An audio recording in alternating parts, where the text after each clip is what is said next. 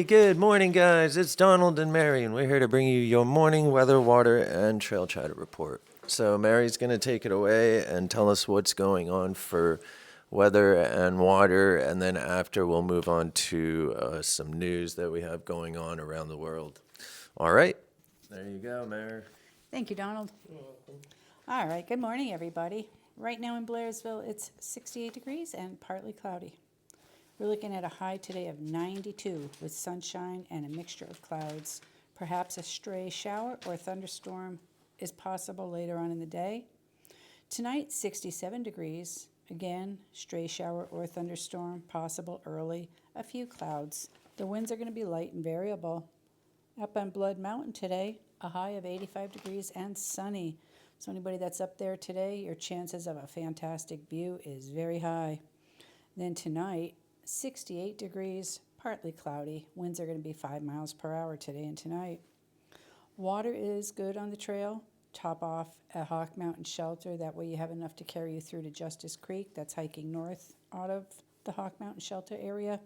And then Slaughter Creek still has water before you climb Blood Mountain. It is getting lower, but you still have a chance to get some water there. That is your water source as you make your way up over Blood Mountain. Remember, keep your fur friends hydrated. They need water too. Also check their paws. They can get blistered and torn on the terrain out there. So we want all of our furry friends to be happy while they're out there with us. It's that time of year for snakes and other creatures. Make sure when you're going to sit down or reach for things on the ground, you're checking around for some snakes. They can camouflage really well.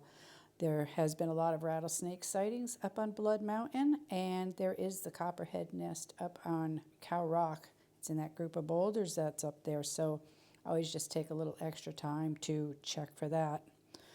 A little bit of trail information now. A hiker experiencing heat-related issues, including dehydration, had to be rescued at Hippie Hole in the Black Hills on Friday. Hole. You like that, huh? Yeah. The hiker was taken to the hospital, but their condition was not released. The rescue took 4 hours, according to the Rockerville Volunteer Fire Department, and they stated that they are continuing to run across people that are not prepared for this hike. They say it is not a simple walk through the falls. So preparation, once again, is super important. Other information on hikers out there, there's a 26-year-old tourist in Indonesia right now that tumbled into an active volcano on Saturday after being abandoned by a local hiking guide. She slipped and fell down a cliff that overlooks Mount Rinjani. I'm not sure if that's the proper pronunciation. It's a famous crater lake. They are in day 3 of attempting to rescue her after extreme terrain, bad weather, and thick fog kept thwarting their rescue attempts. They said they are sending in an experienced mountaineering crew to see if they can help her get up out of there. This started when she was tired and asked the guide to stop, but the guide decided to move on. She spent an hour resting alone before going on and then having this fall. She was with a group of 5 out there taking this tour. All right, I'm going to turn this over to Donald now, and he's going to talk about some other stuff that's going on. Sweet, thanks, man. You're welcome. I ran across that article this morning, and and that goes back to, and I don't know exactly the guide service or, how they all work over there and what their rules are and what they tell the hikers. But this goes back to possibly no one should be left behind. And if you're hiking with a group of 5 and you're a guide, you're guiding that group, you should have another person with you helping you or assisting you for stuff like this right here where someone needs to stay back. Obviously, this woman was, she overexerted herself. She exhausted. Who knows what was going on? Who even knows if she could handle that type of hike? Right. I don't know the terrain. I don't know what's up over there. So I can't, I can't tell anyone or even, I can't say too much. But what I do see here is someone was left behind. and that's a guide service that left them behind, and they decided to move on.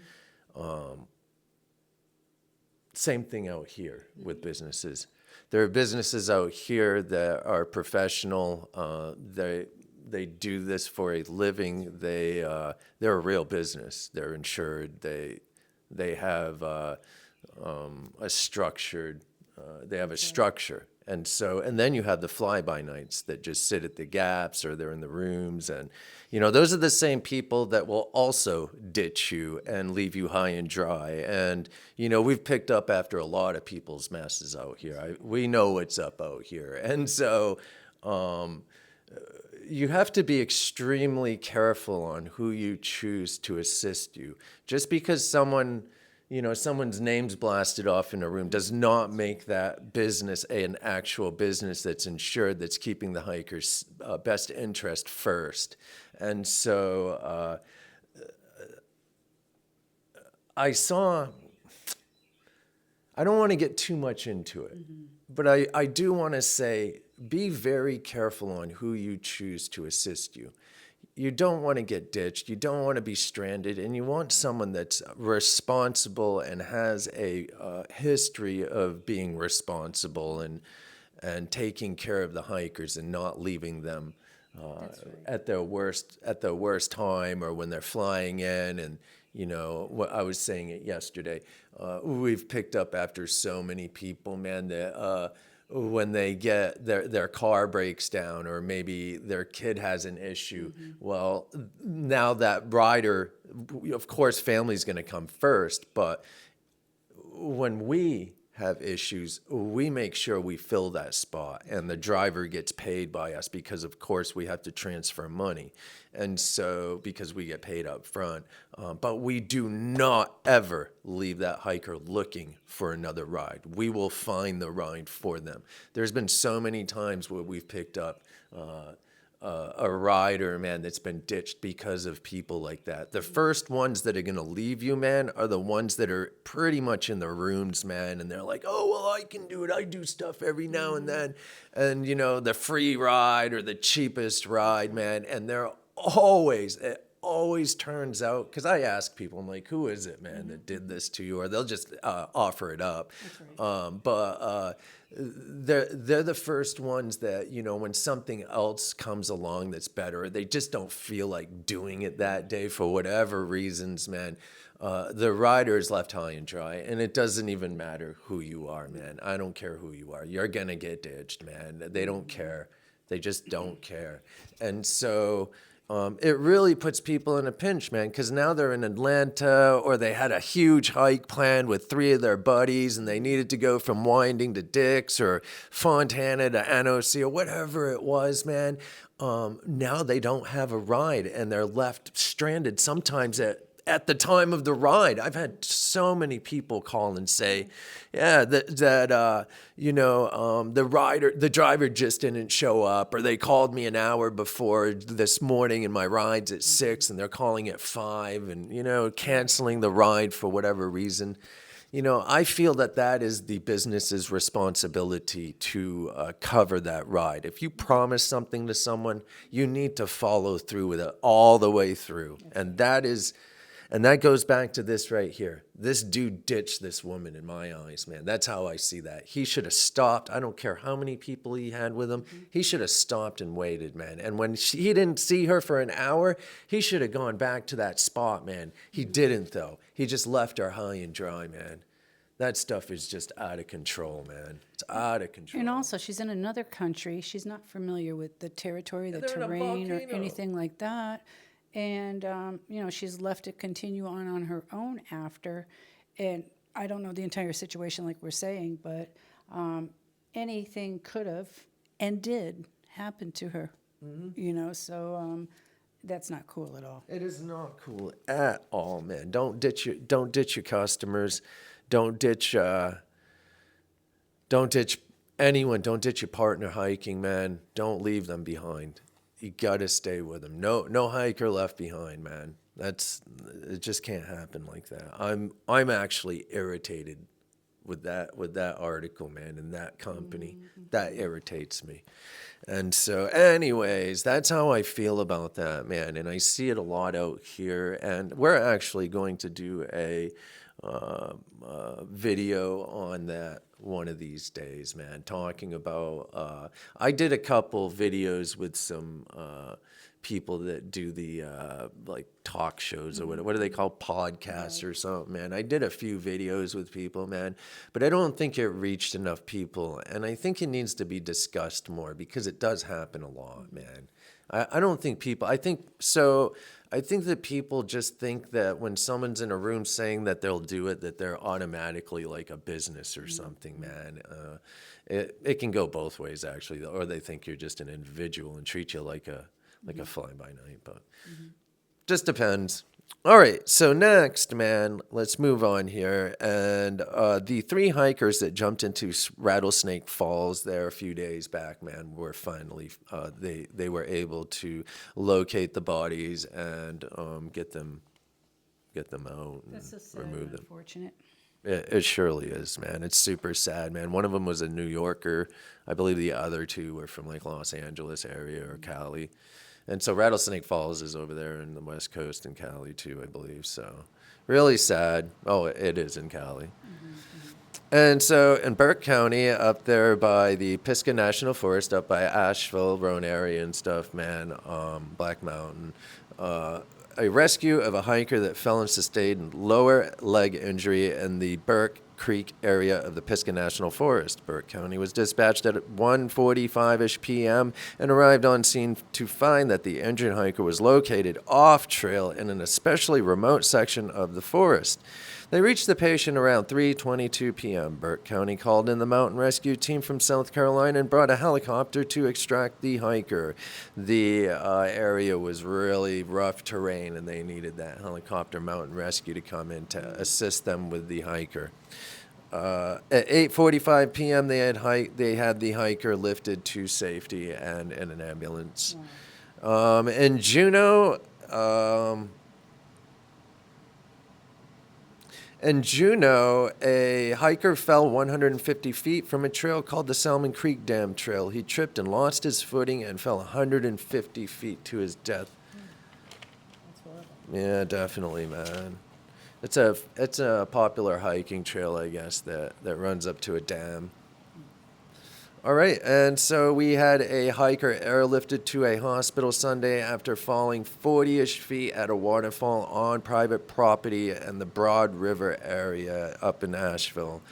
They were able to get the hiker out of the forest. Authorities reiterated the area where the fall occurred is marked with no trespassing, private property, and no parking signs. They want to tell the public not to go there. It is not a public park, and when people go places that are dangerous and get hurt, they're risking rescuers' lives also. And so that's something that we want to discuss further also because Mary and I, we, of course, watch a lot of what's going on out here, read a lot, and we think that there are a lot of SOS calls. We think that people are going out and they want that picture, they want to be seen, they want to have that great looking, edgy pic, man. But what's going on is they're inexperienced going to these places and not prepared and getting hurt and then expecting someone to fly in or rescues to come in and just rescue you like it's nothing. And those people are actually putting the rescuers' lives in danger. I think I said it yesterday, and I want to say it again, that we need to be prepared when we go into the forest like we are alone. I don't care if you're with 5 people. You're still alone. You are a single person. Going into that forest, you need to pack for that and be prepared for any emergencies or whatever it may be. You can't just walk into a place, man, without anything on your back, man, if you're going to go a couple miles into the forest or backcountry. Anything can happen out there. Anything. And so you need to be prepared for each and everything or incident. I mean, not everything, but don't go into the woods without stuff, man. You have to have some gear. You have to have a way to, and not only that, know your limitations, your experience level.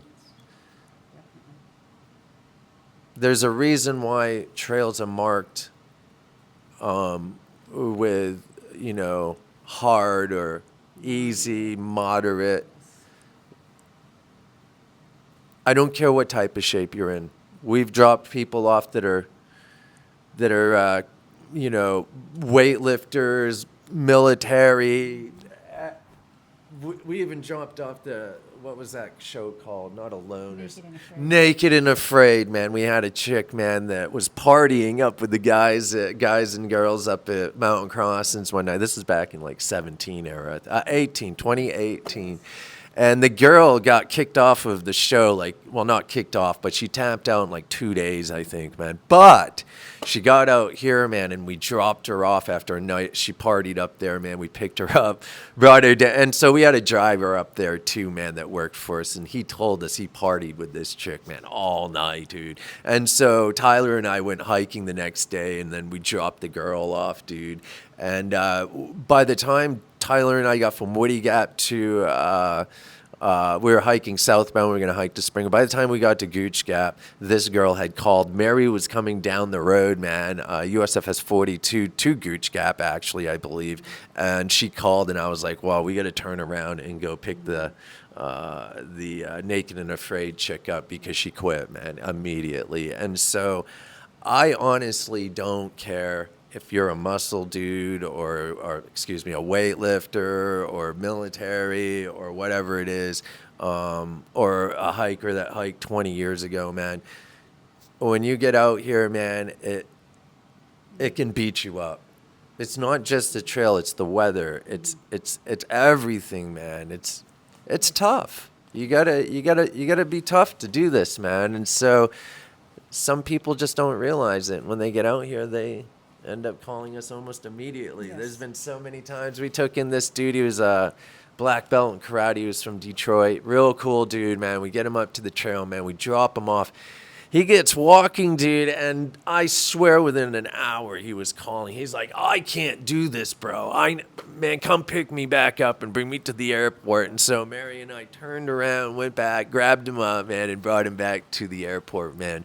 But he just couldn't do it, man. It's hard. You know what I mean, man? So you can be in the best shape, man. You can lift weights every single day, but when you get out here, man, it's just a different animal, dude. There's so much going on, man. So, anyways, that's all I wanted to say on that. Want to touch on these today? Yeah, most definitely. And so that's all I wanted to say on all this, man. Got to be real careful out here, guys.